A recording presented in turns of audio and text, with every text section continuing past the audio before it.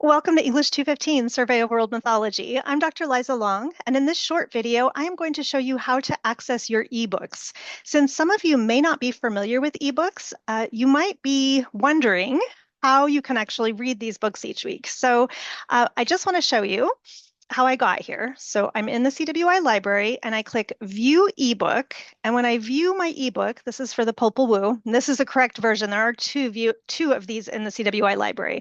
When I open that up, I'm going to see this. Now, we have a new beta, artificial intelligence powered research assistant, and that is totally fine for you to use. However, in keeping with my policy, if you do use this particular tool, I do want you to acknowledge Insight. So you can just say, I used the ProQuest Artificial Intelligence Research Assistant to help me in summarizing or reviewing the contents. But in general, the easiest thing to do is going to be to click on the table of contents here, or to click the links I send you. So each week, I'm basically copying and pasting your assignments and I'm putting them into Blackboard so that you know which sections you need to read. There aren't page numbers like in a traditional book. You can see kind of page numbers down here, but you won't see page numbers actually on the book itself.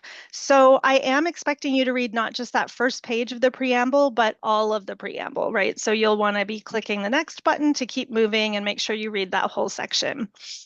You can also print or download. There is a limit to how much you can download, but I think this can be a good way for you to access it if you prefer a printed text. I know I often do that. Also, I've included the ISBN number for the book. It's very low cost. I think it's around $14, maybe $15 from Milkweed Press. If you want to purchase the book, you are more than welcome to do that. Just follow along to the headers. The headers here on the left-hand side do match the print version of the book, but obviously the print version has page numbers. So that's Popol Vuh.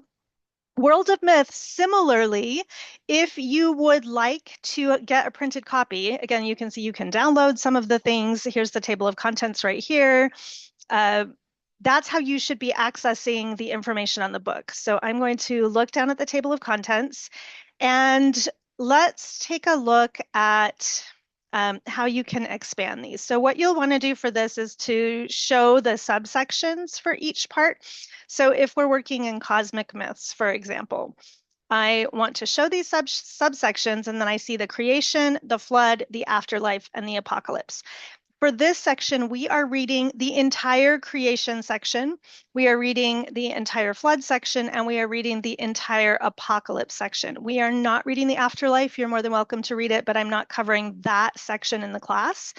So you can see that all of part one, that's about 80 pages, right? You can plan on around 100-ish pages a week to read. And again, if you're more comfortable downloading, you can download those or you can read. Let's take a look at what it looks like to read online. So when you open it up, you'll see again this reader, and I'm wondering if we can get to, it looks like maybe we don't have that AI assistant on this one. Ah, that's a bummer. This would be particularly useful for that AI assistant, I think. But here again, you can navigate pretty quickly this way. And you'll just use that next arrow to get through if you want to read on your computer, or again, you can download the PDF and read that way. So hopefully this will help you. I know it's a new way of doing things. However, you can't beat the price, right? These are free and available through the library, but do plan on about 100-ish pages of reading each week. And please reach out if you still have questions about how to access our textbooks. Thanks, everybody.